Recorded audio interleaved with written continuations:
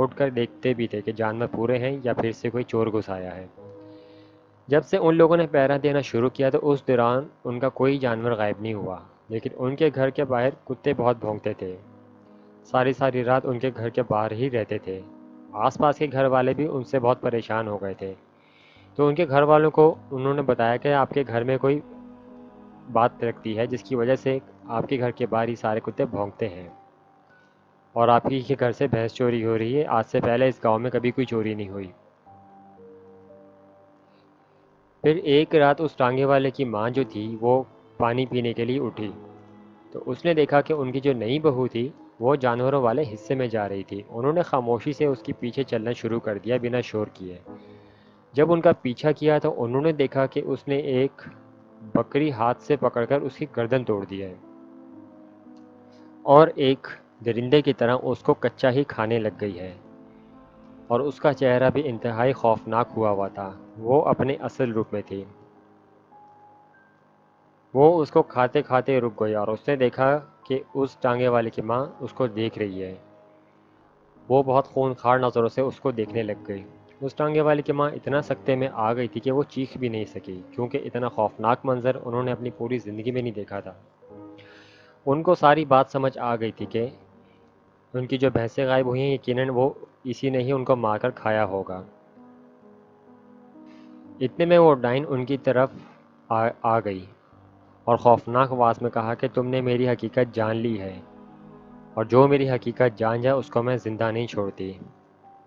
اس ڈائن نے ان پر ایسا اثر کر دیا کہ وہ ہل ہی نہیں پا رہی تھی۔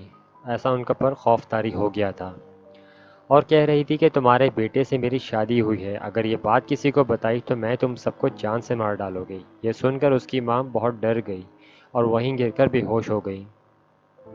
پھر جب ان کو ہوش آیا تو وہ اپنے بستر پر ہی تھی۔ ان سے پوچھا تو وہ کچھ بتا ہی نہیں پا رہی تھی، اور بس چھوٹی بہو کو ہی دکھی جا رہی تھی، کیونکہ وہ جان گئی تھی کہ وہ کیا مخلوق ہے۔ لیکن انہوں نے کچھ دن بعد اپنے ڈر پر قابو کر لیا تھا اور اپنے بیٹے کو بتانا چاہتی تھی، لیکن وہ ڈائن زیادہ تر اب ان کے ساتھ ہی رہتی تھی اور ان کو ڈرایا کرتی تھی۔ انہوں نے یہ بات اپنے آس پاس کی گھر کی عورتوں سے کی جن سے ان کی اچھی بات چیت تھی۔ یہ سن کر وہ بھی گھبرا گئیں کہ ان کے بیٹے نے کیا آفت سے شادی کر لی ہے، جبکہ وہ بھی کچھ نہیں جانتا تھا۔ انہوں نے کہا کہ کسی عامل یا پیر کو بلانا چاہیے۔ ان کو ایک عورت نے پیر کا پتہ بتایا جو کہ بہت بڑے اللہ والے تھے، بہت زیادہ علم تھا ان کے پاس۔ تو انہوں نے وہاں جانے کا فیصلہ کیا، اور موقع پاتے ہی وہ ان پیر صاحب کے پاس گئیں اور ان کو سارا واقعہ بتا دیا۔ پیر صاحب نے کہا کہ آپ لوگوں سے انجانے میں بہت بڑی غلطی ہوئی ہے۔ وہ ایک خوفناک ڈائن ہے جو ایسے ہی شکار کرتی ہے۔ ابھی وہ آپ کے گھر کے جانور کا کھا رہی ہے۔ جب جانور وغیرہ ختم ہوں گے تو وہ گھر والوں پر بھی حملہ کرے گی۔ آپ لوگ پہلے نہیں ہیں جو اس کا شکار بنے ہیں، آپ لوگوں سے پہلے بھی وہ کئی گھر اجاڑ چکی ہے۔ یہ جنات کی ان نسلوں میں سے ہے جو بہت ہوشیاری سے اپنا شکار کرتی ہے ان کے گھروں میں رہ کر۔ اگر آپ کے سارے گھر والوں کو وہ مار کر کھا جائے گی تو اس کے بعد وہ اگلے شکار کو جائے گی، کسی اور کو نشانہ بنائے گی۔ آپ لوگ بہت بڑی مصیبت میں پھنس چکے ہیں اور اس کو نکالنا بہت مشکل ہوگا، اور آپ کے بیٹے سے شادی ہوئی ہے تو وہ اس کی جان بھی لے سکتی ہے، اور جب اب آپ لوگ میرے پاس آئے ہیں تو اس کو اس بات کا علم ہو گیا ہوگا اور وہ بدلے میں کچھ بھی کر سکتی ہے۔ اس کی ماں نے بہت منت کی ان پیر صاحب کی کہ آپ ہماری مدد کریں، تو پیر صاحب نے کہا کہ مجھے آپ کے گھر جانا ہوگا۔ تو اس ٹانگے والے کی ماں ان پیر صاحب کو گھر لے آئیں۔ جیسے ہی گھر کے اندر داخل ہوئے تھے ان کی نئی بہو سامنے اپنے کمرے کے باہر ہی کھڑی تھی، جو کہ بہت غصے میں گھور رہی تھی۔ پیر صاحب کو دیکھتے ہی وہ کمرے میں بھاگ گئی، اور ان کا بیٹا بھی اپنے کمرے میں لیٹا ہوا تھا۔ اس کی ماں نے باقی گھر والوں کو فوراً آگاہ کر دیا اور اس کی حقیقت بتا دی، تو سب لوگ بہت ڈر گئے۔ پیر صاحب نے سب کو ایک کمرے میں جانے کو کہا اور ان کو حصار میں کر دیا، پر وہ ٹانگے والا اپنے کمرے میں ہی موجود تھا۔ اس کو کئی آوازیں دی گئی پر وہ نہیں اٹھا۔ پیر صاحب نے اپنی پڑھائی سٹارٹ کی اور کوئی عمل کرنا شروع کر دیا، جس سے گھر میں ایک طوفان جیسا ماحول بن گیا۔ گھر کے اندر ہی بہت تیز ہوا چلنے لگ گئی۔ پیر صاحب نے اس ڈائن سے مخاطب ہو کر کہا کہ میں جانتا ہوں تم کون ہو، یہاں سے چلی جاؤ ورنہ میں تمہیں جلا دوں گا۔ وہ ڈائن اپنے اصل روپ میں ظاہر ہو گئی اور ان پیر صاحب کے سامنے آ کر بیٹھ گئی۔ پیر صاحب نے کہا کہ کیوں ان گھر والوں کو پریشان کر رہی ہو؟ تو اس نے کہا کہ یہ ٹانگے والا اس جگہ سے روز گزرتا تھا، تو مجھے اچھا لگا تو میں اس کے سامنے انسانی روپ میں آئی اور یہ مجھے اپنے ساتھ گھر لے آیا اور شادی کر لی، اور اب میں اسی گھر میں رہوں گی اور تم میرا کچھ نہیں بگاڑ سکتے۔ پیر صاحب نے کہا کہ تم دھوکے سے اس گھر میں آئی ہو، جھوٹ بول کر گھر میں آئی ہو اور ان کے گھر کا کافی نقصان کر دیا ہے۔ یہاں سے چلی جاؤ ورنہ میں تمہیں جلا کر راکھ کر دوں گا۔ پھر وہ ڈائن زور زور سے ہنسنے لگی، جس کی آواز سے اس گھر کے تمام لوگ بہت خوف میں آ گئے تھے۔ پھر اس ڈائن نے کہا کہ ہاں ابھی میں نے ان کے جانوروں کو کھایا ہے اور وہ میری خوراک ہیں۔ اس کے بعد اس گھر کے لوگوں کی باری تھی، پر تم نے بیچ میں آ کر سارا کام خراب کر دیا، اور جس کو میری حقیقت کا پتہ چل جائے ان کو میں زندہ نہیں چھوڑتی۔ میں یہاں سے کہیں نہیں جاؤں گی، اور مجھے نکالنے کی کوشش کی تو میں اپنے شوہر کو بھی مار دوں گی۔ پیر صاحب نے اس کو کہا کہ وہ اندر لیٹا ہوا ہے، مجھے اس سے ملنے دو، تو ڈائن نے چیخ کر بولا کہ میں نہیں ملنے دوں گی۔ اس کی ماں اپنے بیٹے کے لیے بہت رو رہی تھی۔ اتنے میں وہ ڈائن اس کی ماں سے بولی کہ بڑھیا، تجھے میں نے کہا تھا کہ کسی کو مت بتانا، تو نے بہت بڑی غلطی کر دی سب کو بتا کر، اب اس کا نتیجہ تجھے بھگتنا پڑے گا۔ کافی تکرار کے بعد پیر صاحب نے عمل کے ذریعے کچھ پڑھ کر اس ڈائن کی طرف پھونکا، جس سے اس کو آگ لگ گئی۔ اس کی چیخیں دور دور تک جا رہی تھی۔ ان کے گھر کے باہر لوگوں کا رش لگ گیا تھا، سب لوگ ڈر رہے تھے اس کی آواز سے۔ اس کے جلنے تک پیر صاحب مسلسل کچھ پڑھتے رہے اور وہ جل کر خاک ہو گئی تھی۔ اس کی راکھ کو اٹھا کر انہوں نے ایک کپڑے میں ڈال دی۔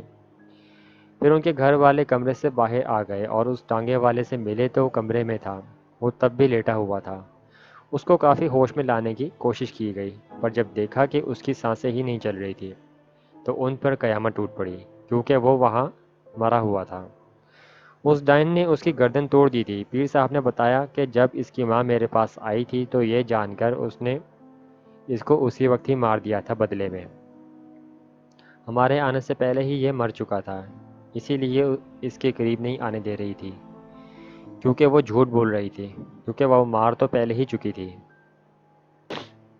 ان کے گھر والے کافی دن اس صدمے میں رہے۔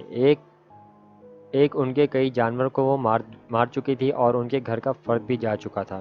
اس ٹانگے والے کی ماں آخری سانس تک اپنے بیٹے کو یاد کر کے روتی تھی کہ ان کا بیٹا بے وجہ مارا گیا۔ اس نے ایک نیکی کی تھی ایک مظلوم سمجھ کر، لیکن اس ڈائن نے اس کو مار دیا۔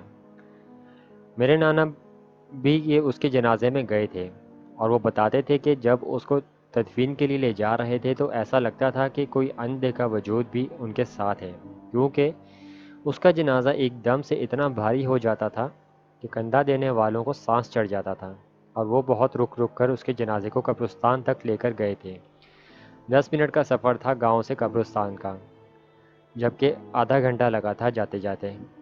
جب یہ واقعہ ہمارے نانا ابو نے ہمیں سنایا تھا تو وہ کافی افسردہ ہو جاتے تھے، کیونکہ وہ کہتے تھے کہ ان کا دوست اپنے بھائی کے موت کے بعد سے اس صدمے سے باہر ہی نہیں نکل سکے۔ نانا بو اور ان کے دوست کی بہت اچھی دوستی تھی، وہ ہنسی مذاق بہت کرتے تھے، لیکن اس حادثے کے بعد سے کبھی وہ نارمل ہی نہیں ہو سکے۔ اب میرے نانا بو اور ان کے دوست اس دنیا میں نہیں ہیں۔ آپ سب سے درخواست ہے کہ ان کے لیے خیر و عافیت کے لیے دعا کریں۔ یہ تھا وہ واقعہ جو ہمارے ساتھ آصفہ نے شیئر کیا۔ بہت شکریہ آپ کا آصفہ، آپ نے اپنا واقعہ ہمارے چینل پر شیئر کیا۔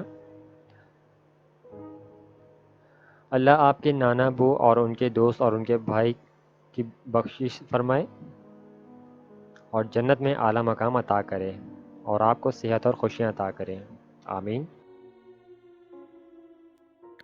لسنرز، یہ تھا آج کا واقعہ۔ ملتے ہیں نیکسٹ ویڈیو میں ایک نئے واقعے کے ساتھ۔ آپ سب بھی اپنے واقعات شیئر کر سکتے ہیں اسکرین پر دی گئی ای میل پر، جو کہ نیچے ڈسکرپشن میں بھی موجود ہے۔ انشاءاللہ نیکسٹ ویڈیو میں آپ لوگوں کے واقعات بھی تمام لسنرز کے ساتھ ضرور شیئر کیے جائیں گے۔ آج کا واقعہ آپ سب لوگوں کو کیسا لگا نیچے کمنٹ میں ضرور بتائیے گا، اور چینل کو سبسکرائب ضرور کیجیے گا۔ تب تک اپنا اور اپنے گھر والوں کا خیال رکھیں، نماز کی پابندی کریں اور قرآن کی تلاوت کریں، اور ہمیں بھی دعاؤں میں یاد رکھیے گا۔ اپنا بہت سارا خیال رکھیں۔ اللہ حافظ۔